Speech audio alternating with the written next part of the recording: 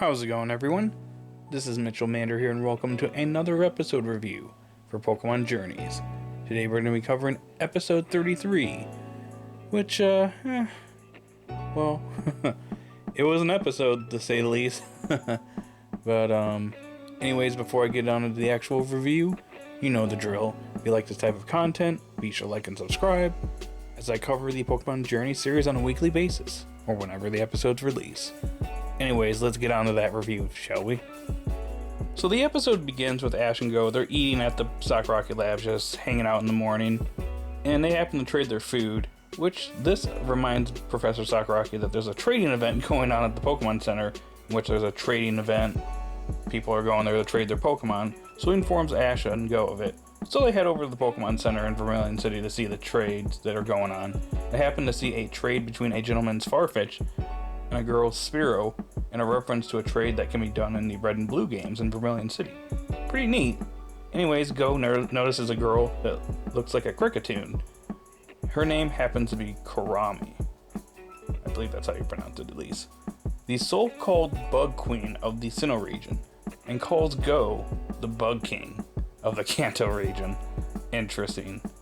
And well, she happens to get a notification of a nearby opponent for the Pokemon World Championships, which happens to be Ash. She is ranked 895 compared to Ash's 910.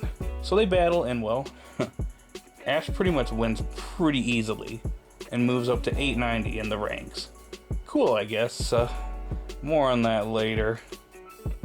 So Go and Kurami, they're showing off their bug-type Pokemon that they've caught in their Rotom phones, and she happens to spot that he has a Pinsir, which she doesn't have one yet, so she proposes that they trade Pokemon. However, Go is reluctant to trade his Pinsir. So instead, Ash and Go decide to help her out by helping her catch her own Pinsir. So they head off to the forest where Go caught his Pinsir way back in episode 6. And at first, it seems to be a struggle, unfortunately, because they can't find Pinsir whenever they are looking for a Pokemon. They think it's Pinsir, but then it turns out to be another Pokemon that attacks them. There's even a moment where Ash and Go are trying to move a log, which apparently Ash has lost all of his strength from AG. This was present in Sun and Moon too, also, but they just can't move the log, so Heracross ends up moving the log for them. And they run into an Ekans, which Heracross takes care of. So Kurami decides to take drastic measures by making a very tasty treat to attract Pinsir over to them. And so Ash and Go and the others help out Kurami by putting this tasty treat all over the forest so that Pinsir might show up. Meanwhile, Team Rocket is wandering around in the same forest, and they happen to be starving. So remember that Morpeko that attacked Team Rocket back in episode 28 at the end of the episode?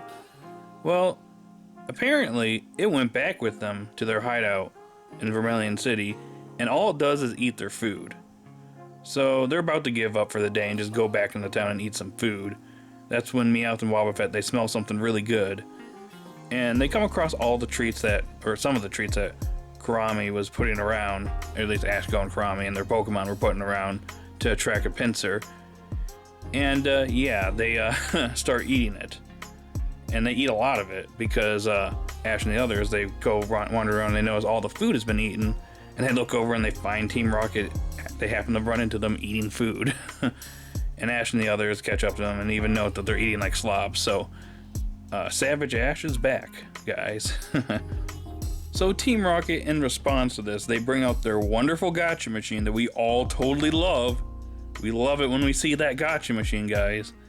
To get a Silicipod and a Drapion, who are immediately useless as all they do is go for the food. Turns out you didn't eat all the food, Team Rocket. Should have done that.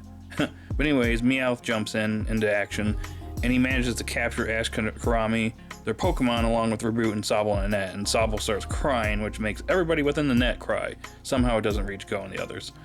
But whatever. Anyways, so it's up to Go and Kurami's Heracross to save the day.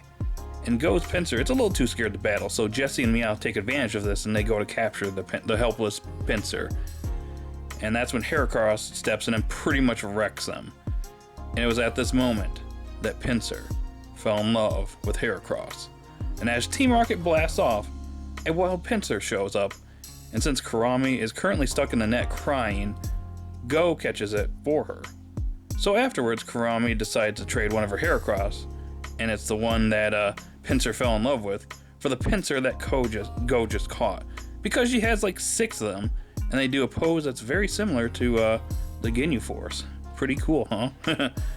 So the episode comes to an end, with Go and Kurami making their trade. So Pinsir for her Heracross, and a new ship, has been born between Pinsir and Heracross. So Pinsir x Heracross, the new ship of Pokemon Journeys. So I gotta be honest, guys, I really didn't like this episode at all, besides a few things. Before I get into my issues with this episode, I will talk about a few things I did like that keep it from being a complete trash episode. So first, I like the references in this episode. So I like the fact that they reference the Farfetch'd and Spearow trade from the Red and Blue games in Vermilion City. It's pretty cool. I kind of hope that they have more references elsewhere in other regions, because I feel like we're getting a little bit too much stuff in Kanto and not really anywhere else, so hopefully they branch out in the future. Also, the 5 Heracrosses that Kurami brings out towards the end of the episode, like I just mentioned, reminds me of the Ginyu Force and doing their poses. Though this is probably more of a reference to Super Sentai, especially the Power Rangers, which the Ginyu Force themselves are a reference to that, so that was kind of cool. And lastly, I also like the fact that Go was shown to be reluctant to trade his Pinsir, which shows some growth in his character, as if this episode was done earlier in the series, he probably would have traded his Pinsir without a second thought. Oh yeah, and Team Rocket having more Pico is nice, though I kind of wish they were shown catching or bringing this Pokemon back with them in episode 28. It kind of just, that was left open-ended, so we didn't know if they got blasted off, but apparently more Pico came back with them from Galar, so I guess that was kind of cool, for the most part, at least. Now that I got all that out of the way, so yeah, overall I found this episode to be kind of bland and not really that good. And I feel like this could have actually been a pretty good episode, considering that Go didn't even want to, trade his Pinsir. He quickly came to the conclusion he couldn't, bear to part ways with his Pinsir. And I feel like this would have been a good opportunity for Ash to, mention before this happened, to be careful when deciding to trade his Pokemon. And mention back, doing a flashback scene to when Ash was on the SS Anne and traded his Butterfree for that gentleman's Raticate. And then he regretted that pretty quickly and got his Butterfree back, despite the fact that Butterfree wouldn't stay with Ash too much longer in that series. But besides that, just tell Go, hey, before you actually, trade your Pokemon, think wisely, be careful with your decision, because once you do this trade, this Pokemon's gone forever. And that could have probably led to, Go making his decision here. I do like the fact that Go hesitated and he was reluctant to trade his Pinsir. That's some good development on Go's part. I think there should have been a little bit more build up to that, personally. I feel like, even though, Go has been slowly developing as a character over episodes, I feel like in this episode, there should have just been maybe a little bit more, build up towards that moment. Another part of the episode I didn't really care for was the Ash versus Kurami battle, which I kind of felt was kind of unneeded here, since the episode focuses more on Go than Ash this time around, and considering the fact that next week we're getting Ash versus B, which is going to be a huge focus for Ash in the next episode. So this episode, I feel like they kind of just threw it in there just to be like, oh yeah, Ash is still on a winning streak and he's about to lose it in the next episode because he's getting overconfident again, guys. But I honestly just feel like this was completely unnecessary. They could have just used this like minute or two of extra time, just get rid of this whole section and just, add it to the build up to Go reluctantly, disagreeing to the trade. Ash talks to Go and he realizes he doesn't want to part ways with his Pinsir, so that leads to them helping out Kurami find a Pinsir of her own. This could have been a lot better right here. And not only that, the battle itself really wasn't that good at all, especially since this is a battle in the super class. Ash pretty much wrecked her pretty easily. So it was kind of annoying considering, I would expect trainers in the super class to be a little bit more difficult for Ash, but whatever. But honestly, overall, I think the biggest issue with this episode is just it felt kind of bland and boring at parts in this episode, especially the first half of this episode. And it didn't need to be like that. The battle was very lackluster. the whole section where Ash, Go, and Kurami were in the forest was kind of boring, and after a while I'm like, alright, please, let's get on with this, because I'm kind of losing interest in this episode. It gets more interesting in the second half of the episode, but the one thing that does kind of annoy me is when Team Rocket shows up, you know, Morpeko stealing all their food. I think Morpeko should have been battling alongside Team Rocket, instead of being there kind of like a silly plot device for them to be in the episode in the first place. Like, yeah, it's funny that Morpeko's eating all their food. That's funny. But have Morpeko be there and not just be a silly plot device. Have it actually go into hangry mode and battle Pikachu.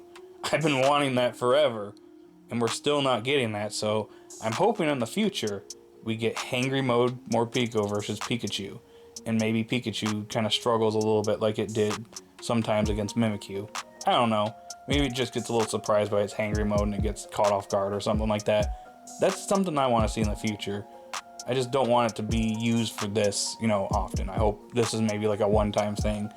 And yeah, sure, it eats their food in the future, but it battles alongside them. And hopefully they do something like that soon, because don't want Morpeko just to be like a gag character just the entire time. Have it just battle once in a while or something, please. Or just be part of the gacha. I don't know. Anyways, that's all I got for this episode review. So overall, not really a good episode. Probably one of my least favorite from the Journey series so far. I'll give it a 3 out of 10. Honestly, I'm not even gonna be, you know, I'm not holding back anymore. That is a pretty bad episode. So 3 out of 10. What do you think, guys? I'm more excited for next week's episode, because I think next week's episode is gonna be where it's at. But what do you guys think? Did you love it? Did you hate it? Post your thoughts in the comment section down below, and be sure to like and subscribe. I will talk to you all later. Stay safe out there and have a great day.